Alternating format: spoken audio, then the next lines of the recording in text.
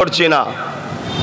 আজকে অনেক দুঃখ লাগে, কিছু কিছু জায়গায় আমার কওমের ভাইয়েরাই দেখছি ঘোষণা করছে জন্মদিবস, কিন্তু দেখেছেন এই ছেলেগুলো কি বলছে? নবীর আগমনের দিবস। আল্লাহর কোরআন বলছে কদ জাআকুম মিনাল্লাহি নূর। কদ মানে তাগিদ দেওয়া হয়, বিশ্বাসের জন্য জোর করা হয়, অবশ্যই আমি পাঠিয়েছি নূর। পাঠানো কোনটাকে হয়? যেটা থাকে। পাঠানো কোনটাকে হয়? যেটা আগে থেকে থাকে, আছে। তো নবী পাকের জন্ম সেদিন হয়েছে। কবে? যেদিন কোনো কিছুই ছিল না, জমিন ছিল না, আসমান ছিল না, চাঁদ ছিল না, সূরজ ছিল না, তারা ছিল না, জান্নাত ছিল না, জাহান্নাম ছিল না, আরশ ছিল না, কুরসি ছিল না। মনুষ্য জাতির প্রথম বাবা হযরতে আদম সফিউল্লাহ তিনিও ছিলেন না। ভালো করে শুনুন, প্রত্যেকটা মানুষের প্রথম বাবা হলেন আদম আলাইহিস সালাম। সে মুসলিম হোক অমুসলিম হোক, এই সূত্রে মুসলিম অমুসলিম আমরা সবাই ভাই ভাই। আমাদের সবার একজন বাবা একজন মা।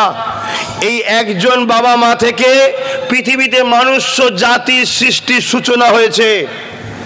তিনি হলেন হযরতে আদম আলাইহিস সালাম। অন্য কোন ধর্মের ভাই তেনাকে কি ভাষায় ডাকে আমি জানি না, কিন্তু আমার কোরআন বলছে তিনি আদম আলাইহিস সালাম, এবং তিনি আমার ভারতবর্ষে এসেছিলেন। জোরে বলুন সুবহানাল্লাহ। তাই আমরা বলি সারে जहां से अच्छा हिंदुस्तान हमारा, क्यों ना अच्छा है, क्योंकि पहले जन्नत से जिस शख्स ने आए हैं, बसार जिस आदम ने आए हैं, वो हमारे हिंदुस्तान में तशरीफ लेके आए हैं। बोलिए सुभान अल्लाह। সেই বাপ আদম আলাইহিস সালামের সঙ্গে জান্নাতের সঙ্গে ডাইরেক্ট হিন্দুস্তানের ডাইরেক্ট কানেকশন। এবং আমার হিন্দুস্তানে, যেটা এখন ভাগ হয়ে গেছে, শ্রীলঙ্কা হয়েছে, আগে তো হিন্দুস্তানই ছিল, ওখানে প্রথম বাপ আদম আলাইহিস সালামের পায়ের ছাপও এখনো আছে। জোরে বলুন সুবহানাল্লাহ। বুঝতে পারছেন? এটা ইতিহাস। তো বাপ আদম আলাইহিস সালামকে যখন এই দুনিয়া থেকে মাটি নিজে তৈরি করা হয়েছে, খুব ভালো করে শুনুন, আল্লাহ জিবরাইলকে পাঠিয়েছে, মাটি নিজেতে পারেনি। ইসরাফিলকে পাঠিয়েছে, মাটি নিজেতে পারেনি। মিকাইলকে পাঠিয়েছে, মাটি নিজেতে পারেনি। আজরাইল আলাইহিস সালামকে পাঠিয়েছে, আজরাইল আলাইহিস সালাম মাটি নিয়ে গেছে। অনেক বড় কথা বলতে গেলে ভাই অনেক সময় লাগবে, এই জায়গায় অত খুলে বলার সময় নয়। কথা বুঝাচ্ছে, মেন জিনিসটা ধরাচ্ছি। বাপ আদম আলাইহিস সালামকে মহান স্রষ্টা তৈরি করলেন, যিনি তামাম কায়নাতের একমাত্র মালিক। তিনি কে? আওয়াজ দিয়ে, আরো দিল খুলে, শাহাদত আগুল তুলে বলুন কে? সকলে আমার সাথে বলুন আল্লাহু আকবার। তিনি হলেন আল্লাহ। লিল্লাহি মা ফিস সামাওয়াতি ওয়া মা ফিল আরদ। জমিন আসমানের একমাত্র মালিক তিনি আল্লাহ, যিনি এই পাহাড়কে বিনা, আসমানকে বিনা খুঁটিতে রেখেছে, যিনি এই জমিনকে পানির উপরে ভাসমান রেখেছে, যিনি আমাদেরকে সামান্য বাপের শরীরের রস মায়ের রেহেমে পাঠিয়ে কম বেশি 10 মাস 10 দিন ধরে ওখানে তৈরি করেছে। 120 দিন পর আমাদের শরীরে রু যিনি দিয়েছে, আস্তে আস্তে আমরা বড় হয়েছি মায়ের পেটে, সময় মতো এসেছি। চোখ ছিল, নজর ছিল না, আস্তে আস্তে চোখে রশ্মি দিয়েছে। কান ছিল, শুনতে পেতাম না, আস্তে আস্তে শ্রবণ শক্তি দিয়েছে। মুখ দিয়ে কথা বলতে পারতাম না, আস্তে আস্তে কথা বলার ক্ষমতা দিয়েছে। ভেতরে দাঁত ছিল না, আস্তে আস্তে দাঁত দিয়েছে। আর দাঁতটা যে গতিতে বাড়তো, আজকে যদি বীজখানে একবার না ভাঙতো, সবার দাঁত মাটিতে ঢুকে যেত। সময় মতো ভেঙে দিয়ে নতুন করে আবার বার করেছে। তিনি হলেন তামাম কায়নাতের একমাত্র মালিক, যিনি আমাকে দুটো চোখ দিয়েছে। এই দুটো চোখে 13,000 কোটি লেন্স রয়েছে। আপনাদের বোঝার জন্য বলছি, ক্যামেরা রয়েছে 13,000 কোটি। মাথা কাজ করবে না, প্রত্যেকটা তার আলাদা, একটার সাথে আরেকটা থেকে গেলে সঙ্গে সঙ্গে ফিউজ আউট, চোখে আর দেখতে পাবে না। এত সূক্ষ্ম, এত ক্ষমতাশালী যে স্রষ্টা, তিনি হলেন তামাম কায়নাতের মালিক। তিনি 1 লক্ষ মতান্তর 2,24,000 পথ প্রদর্শক, নবী, রসুল, প্রফেট আর সংস্কৃতি ভাষায় আওতার তিনি পাঠিয়েছেন। উদ্দেশ্য হলো মানুষকে সেই স্রষ্টা এক আল্লাহর রাস্তা দেখাবার জন্য। জোরে বলুন সুবহানাল্লাহ। শত শেষ আমাদের জন্য যিনাকে পাঠিয়েছে ১৫০০ বছর আগে এসেছে, তিনি হলেন হযরত আব্দুল্লাহ হুজুরের দুলাল, আম্মাজান আমিনা হুজুরের লাল, হযরত প্রফেট মুহাম্মদুর রাসূলুল্লাহ সাল্লাল্লাহু আলাইহি ওয়াসাল্লাম। আমাদের বলতে মোটেই মুসলমান নয়, আমাদের বলতে মোটেই পূর্ব মাদানীপুর নয়, আমাদের বলতে মোটেই পশ্চিম মাদানীপুর নয়, আমাদের বলতে মোটেই পশ্চিম বাংলা নয়, আমাদের বলতে মোটেই ভারতবর্ষ নয়, আমাদের বলতে তামাম কায়নাতের জন্য আল্লাহ তিনাকে মুহাম্মদুর রাসূল করে পাঠিয়েছে। জোরে বলুন সুবহানাল্লাহ। তিনি আমাদের সরদার, তিনি আমাদের নেতা, তিনি আমাদের জান, আমাদের ঈমান। তো যাক, আমি যে কথা বলতে যে এইদিকে আবার চলে গেলাম, কোন কথা বলছিলাম? আদম আলাইহিস সালামকে তৈরি করলেন। এটাও শুনে রাখেন, এই জমিন তৈরি করেছে আল্লাহ কিভাবে? শুধু বলেছে কোন, কাফ আর নুন, ছোট কাফ আর নুন, তার মানে হলো কোন। আরবিতে, বাংলায় হোজা, বাংলায় কি? হোজা, অর্থাৎ ফায়াকুন। সঙ্গে সঙ্গে এই পৃথিবী হয়ে গেছে। এই পৃথিবী পানির উপরে ভাসমান, পেরেক দিয়ে সাটা আছে, অন্য জায়গায় জলসা হবে কোন। আজকে যে বিষয় সেটা বলছি। এই আসমান তিনি তৈরি করেছে, শুধু বলেছে কোন, হোজা, ফায়াকুন, হয়ে গেছে। ফারিস্তা তৈরি করেছে, আরশ তৈরি করেছে, কুরসি তৈরি করেছে। শুনে রাখেন, শুকরিয়া আদায় করেন। আমিনা লালের অনুসারী হতে পেরেছেন, শুকরিয়া আদায় করেন। আপনার গ্রামের 8 বছরের মুক্তবের বাচ্চাকে জিজ্ঞেস করুন, আর পৃথিবীর বিখ্যাত সায়েন্টিস্টকে, বিজ্ঞানীকে জিজ্ঞেস করুন যে 7 তবক আসমানের ওপরে কি আছে, 8 তবক আসমানের ওপরে কি আছে। যদিও বলতে পারে 7টা লেভেল আছে, তারপরও জিজ্ঞেস করুন তার উপরে কি আছে। পৃথিবীর সমস্ত সায়েন্টিস্ট বলবে লাহাদিরি, জানি না। আর আপনার গ্রামের, আমার ঘরের ওই 8 মাস 8 বছরের মুক্তবে পড়া ছেলেকে জিজ্ঞেস করুন 7 তবক আসমানের ওপরে কি আছে, সে তখন বলবে আল্লাহর আরশ আছে। জোরে বলুন সুবহানাল্লাহ। শুকরিয়া আদায় করুন যে 8 বছরের বাচ্চা, মুক্তবে পড়া বাচ্চা, পৃথিবী বিখ্যাত সায়েন্টিস্টের থেকেও অনেক বেশি জ্ঞান রাখার ক্ষমতা শুধুমাত্র আমিনা লালকে ফলো করার জন্য পেয়ে গেছে। জোরে বলুন সুবহানাল্লাহ। কিন্তু দুঃখ, আমাদের কালচার, আমাদের উঠা বসা, আমাদের কথাবার্তা, আমাদের মনুষ্যত্ব, আমাদের মানবতা, আমাদের অন্য মানুষের সঙ্গে কিভাবে বন্ধুত্ব রাখা, এগুলো কিন্তু আমাদের হ্রাস হচ্ছে। এর কারণ একটাই, আমরা মুহাম্মদ রাসূলকে ছেড়ে দিচ্ছি। তাই এটা বড় দুঃখ। আমরা মোহাম্মদ রসুলকে মডেল থেকে বাদ দিয়ে দুনিয়ার নাচনেওয়ালা, গানেওয়ালা, লুটনেওয়ালা, সুদখোর, গাঁজাখোর, চোর, বদমাইশ, লুটেরাদের ঘরে মডেল বানাচ্ছি। তাই আস্তে আস্তে আমাদের ক্যারেক্টার তাদের মতো হচ্ছে, আমাদেরকে তারা তাদের মতো করে তৈরি করছে। তাই আজকে শপথ নিন, শুধু নবী দিবসের দিন ঝান্ডা তুলে লব্বাইক ইয়া রাসূলুল্লাহ বলে, নারে তাকবীর, আল্লাহু আকবার দিয়ে, সরকার কি আমদ মারহাবা বলে কাটিয়ে দিলেই হক আদায় হবে না। বাকি জীবনটা, নিজের লাইফটাকে তৈরি করতে হবে যে একটা পিপিলিকাকে ইচ্ছা করে মারবো না। মানুষ তো অনেক দূরের কথা, কারণ আমার রাসূল পাক সাল্লাল্লাহু আলাইহি সাল্লাম বলেছে, তুমি যখন সৃষ্টি করনি কাউকে মারার অধিকার তোমার নাই। তুমি কাউকে ভালো যদি বাঁচতে নাও পারো, কাউকে কমসে কম দুঃখ দিও না। কাউকে যদি কিছু দিতে নাও পারো, কারোর থেকে কেড়ে কোনোদিন নিও না। আর আজকে পুরো উল্টো হয়ে গেছে। আমরা সবাইকে লুটার জন্য আগিয়ে, লুটার জন্য আগিয়ে, মারার জন্য আগিয়ে, কেড়ে নিবার জন্য আগিয়ে, দিবার জন্য আমরা সবাই পিছিয়ে যাচ্ছি। এই আদর্শ তো আমার রাসূলুল্লাহ নয়। এই আদর্শ কি আমার রাসূলের? তাই আসুন পরিবর্তন হন। তো ভাইয়ের আমার, বাপ আদম আলাইহিস সালামকে তৈরি করা হলো, মাটির শরীর আদম তৈরি হয়েছে, পড়ে আছে। ওই শরীরের মধ্যে আল্লাহ রূহ দিচ্ছে। রূহ হচ্ছে জান। জান শুনছেন তো নাকি? এই শরীরটা আলাদা আর রূহ আলাদা। যতক্ষণ এই শরীরে রূহ আছে ততক্ষণ কথা বলতে পারছি, লড়তে পারছি, সবাই এসে কাছে বসছে, কথা বলছে। যখন এটা বেরিয়ে যাবে তখন এই শরীরটা লাশ হয়ে যাবে। লাশ কিছুদিন রাখার পরে ফাটবে, পচবে, দুর্গন্ধ হবে। কথা বুঝলেন? তবে হ্যাঁ, যারা আল্লাহওয়ালা হয়, খোদা প্রেমিক হয়, তাদের পচে না, তাদের ফাটে না, তাদের শরীর ওই ভালো রূহের সঙ্গে থাকার জন্য এই শরীরটাকেও আল্লাহ পাক করে দেয়। জোরে বলুন সুবহানাল্লাহ। ওটা অন্য বিষয়। আমি যেটা বলতে চাইছি, তাহলে এই শরীর থেকে এই রূহটা আল্লাহ দিয়েছে। তা বাপ আদম আলাইহিস সালামের শরীরে রূহ দিচ্ছে। রূহ কিন্তু শরীরের মধ্যে যেতে চাচ্ছে না। কেন? মাটির শরীরের ভেতর তো অন্ধকার, অন্ধকার। এই যে ছবি, মূর্তি, এগুলো ইসলাম তৈরি করতে নিষেধ করেছে। কেন? যার জান দিতে পারবে না সেটা করা শখ করো কেন? এই জন্য ইসলাম নিষেধ করেছে। কথা বুঝে আসছে? তো এই জায়গাতে বাপ আদম আলাইহিস সালামের শরীরের মধ্যে রূহ যাচ্ছে না কেন? অন্ধকার। আল্লাহ পাক তখন নূরে মোহাম্মদ, রসুলের নূর মুবারক নূরে মোহাম্মদ সাল্লাল্লাহু আলাইহি সাল্লামকে বাপ আদমের পোস্টে, পিঠে বা পেশিনাতে কপালে রক্ষিত করে রেখে দেয়। ওই নূরের চমকের আশিক হয়ে আদমের রূহ ঢুকে তো আর বেরোতে চাই না। জোরে বলুন সুবহানাল্লাহ। ওই নূর দুনিয়ায় আসা শুরু হলো বাপ আদমের মাধ্যম দিয়ে। শুনছেন তো? হ্যাঁ, কিন্তু সবার আগে তৈরি কবে তৈরি? আল্লাহ জিবরাইলকে জিজ্ঞেস করেছিল, জিবরাইলকে সমস্ত ফারিস্তাদের আবার সর্দার, তিনাকে জিজ্ঞেস করেছে ফারিস্তাটাকে আল্লাহ পাক যাদের দ্বারা তিনার নিজাম এবং তিনার রাজত্ব কুল কায়নাতে পরিচালনা করে, তিনারা হলেন আল্লাহর ফারিস্তা।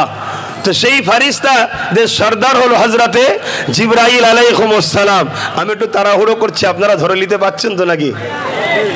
জিবরাইল আলাইহিস সালাম। তো সেই জিবরাইল আলাইহিস সালাম মিনিমাম 2-2.5 ঘন্টা না হলে না একটা জিনিস বোঝানো যায় না।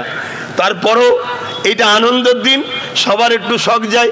আর সবাই আজকে এক জায়গায় হলাম, কত সুন্দর কথা বুঝলেন। আস্তে আস্তে দেখছিলাম রাস্তায় বিভিন্ন জায়গায় এই তাঁবু তৈরি করে রাস্তার ধারে পানি খাওয়াচ্ছে, শরবত খাওয়াচ্ছে, পথই চারি মানুষকে প্রতীক দিয়ে ঘরে খাবার দিচ্ছে।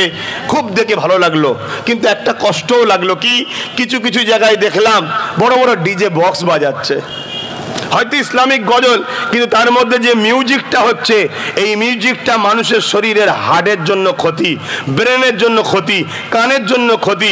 অ্যাকচুয়ালি ডিজে বক্সগুলো ব্যান করে দেওয়াই দরকার আমি মনে করি। কথা বুঝে আসছে? এগুলো মানুষকে ক্ষতি করছে। কথা বুঝে আসছে? এগুলো মানুষের হার্টকে ক্ষতি করে, কারণ এর মধ্যে একটা ছিনচিন ছিনচিন বা মিউজিক এক ধরনের থাকে যেটা মানুষের কোনোদিন উপকার করতে পারে না। বিজ্ঞানও বলছে এটা। আজান দিচ্ছে নাকি? যাক, আলহামদুলিল্লাহ, আজানটা হয়ে যাক। আমরা আলহামদুলিল্লাহ আজান হয়ে গেছে। 1টা পর্যন্ত আমরা আলোচনা করব। আজকে এই নবী দিবসকে কেন্দ্র করে দেখবেন অনেকে ঝান্ডালে ঘোরে, তাই তো নাকি? ভালো জিনিস, প্রেম ভালোবাসার জন্য করুন, কিন্তু তার যত্ন করতে হবে, তো তার তো গুরুত্ব বুঝাতে হবে। ঝান্ডা তো টাঙিয়ে দিলেন, ঝান্ডা টাঙানোর পক্ষে আমিও, কিন্তু সেটাকে যত্ন করে খুলে আদবের সাথে রাখতে হবে, এটা ইমানি দায়িত্ব। তাকে যদি না রাখতে পারেন, আমার মনে হয় কেউ টাঙিয়েছে সেখানে দেখো এই শখটা লাও, নিজে টাঙাবার শখ করো নি যদি তুমি তার আদব না করতে পারো। তো যাক, আমি এই জায়গায় ফিরে আসছি। বাপ আদম আলাইহিস সালামকে একটা ছোট্ট কথা বলবো, খুব মন দিয়ে শোনেন কিভাবে আমার রসুল দুনিয়ায় আসছেন। তিনার পেশিনাতে বা পোস্ত মোবারকে আল্লাহ পাক দিলেন, তো সেই জায়গাতে আবার পানি এসে গেল নাকি?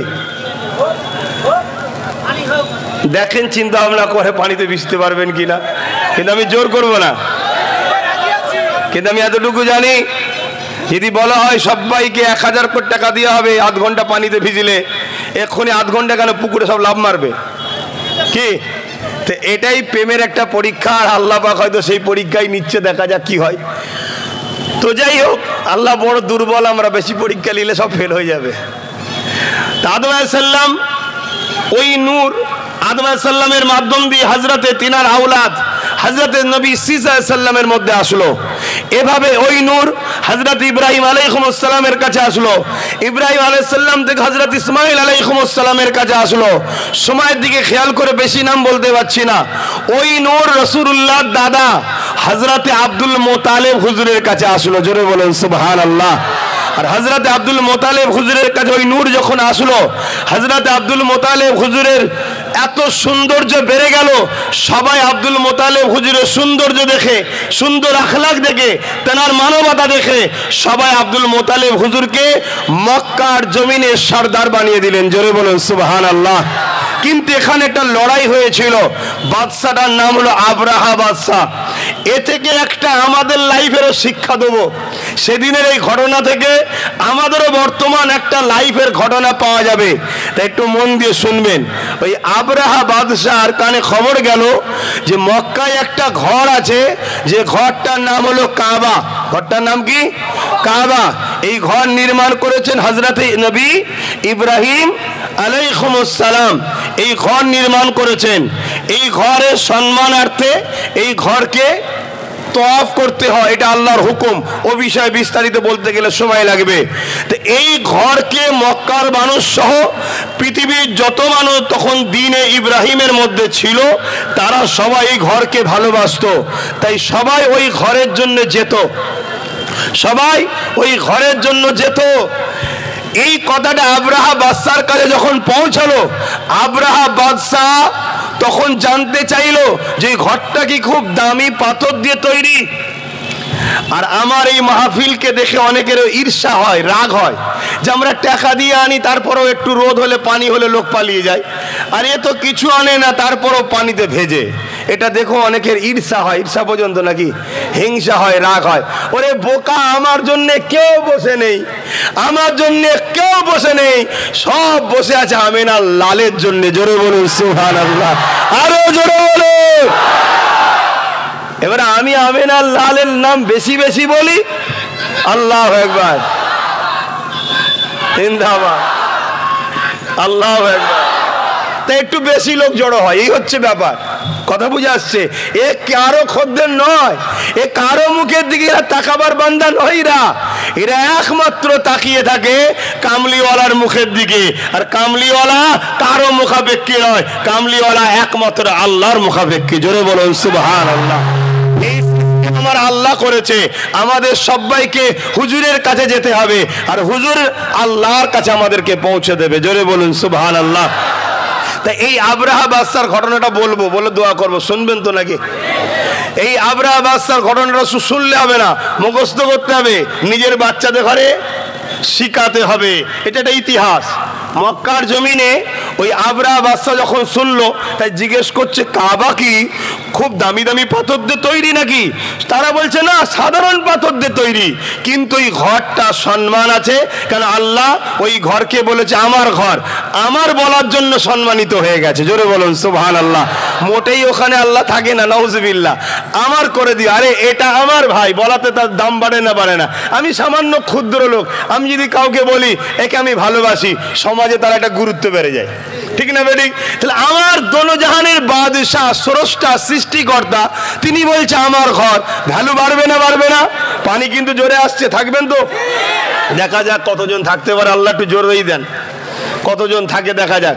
তো ভাইয়েরা আমার, তো সেই জায়গায় আব্রাহা বাদশাহ সে নিজের এলাকায় একটা খুব ভালো ভালো মার্বেল দিয়ে, বড় বড় দামি দামি পাথর দিয়ে একটা ঘর বানালো, বানিয়ে সবাইকে দাওয়াত দিল, মক্কায় আর যেতে হবে না, এখানে এসে তওয়াফ করো, এখানে এসে তওয়াফ করো। তো মানুষ ওইখানে কিন্তু আর কেউ যায় না, এখানে এসে তওয়াফ করো বললো আব্রাহা।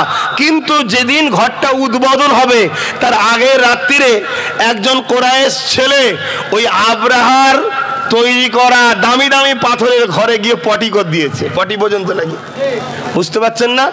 তার মানে দুনিয়াকে বলে দিল এটা তওয়াফ করার ঘর না, এটা হলো শৌচালয় করার ঘর, পটি করার ঘর। বুঝতে পারছেন তো নাকি? Toilet, toilet.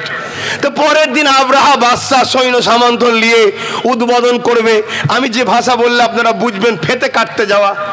কিন্তু তখন ফেতে সিস্টেম ছিল না, কিছু সিস্টেম ছিল। তো দরজা যখনই খুলেছে দেখছে একদম পটি। আরে এটা কে করলো? বললো ওই কোরাইশ একটা যুবক এসে করে দিয়ে চলে গেছে। তা আব্রাহা শপথ নিল, কাবাকে যতক্ষণ না আমি ভাঙতে পারছি আমি চুপ করে বসবো না। বলো নাউজুবিল্লাহ।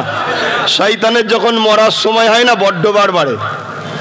এখনো কিছু দেখবেন নাচছে খুব শয়তান, নাচার জায়গা খুঁজে পাইনি, ঠিক জায়গায় যে নাচছে, ও মরার সময় আসছে। ওদের কথা মাথায় ঢুকছে না? ঢোকে না?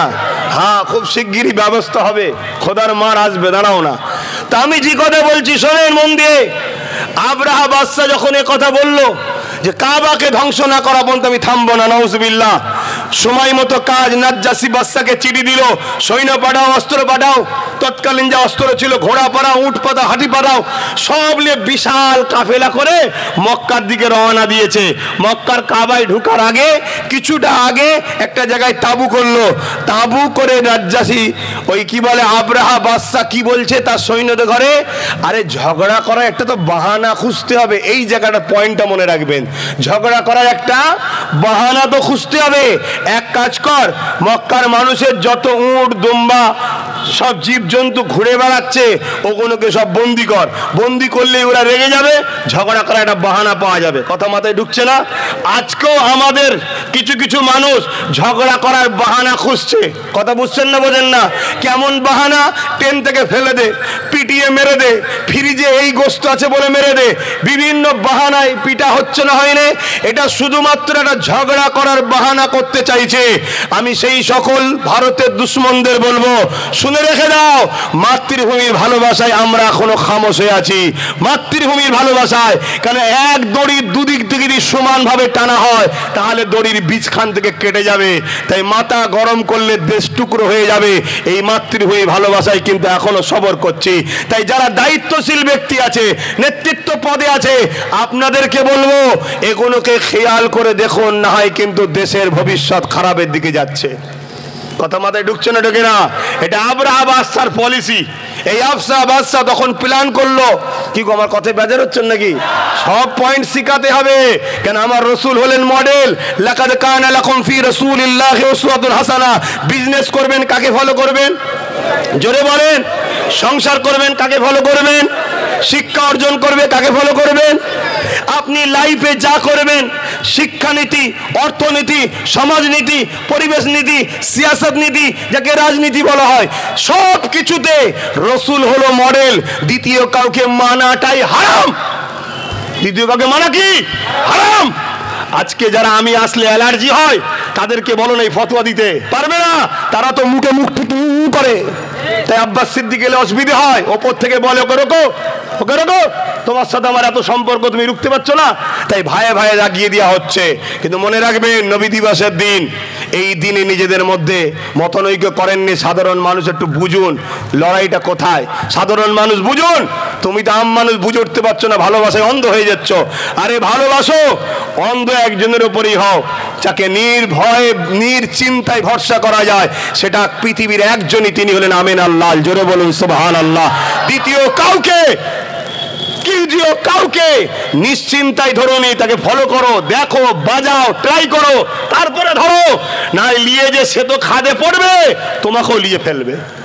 কথা মাথায় ঢুকছে তো ভাইয়ের আমার? আবরাহা বাদশা কি করলো? ওই ঘোড়াগুলো, উটগুলো, দুম্বাগুলো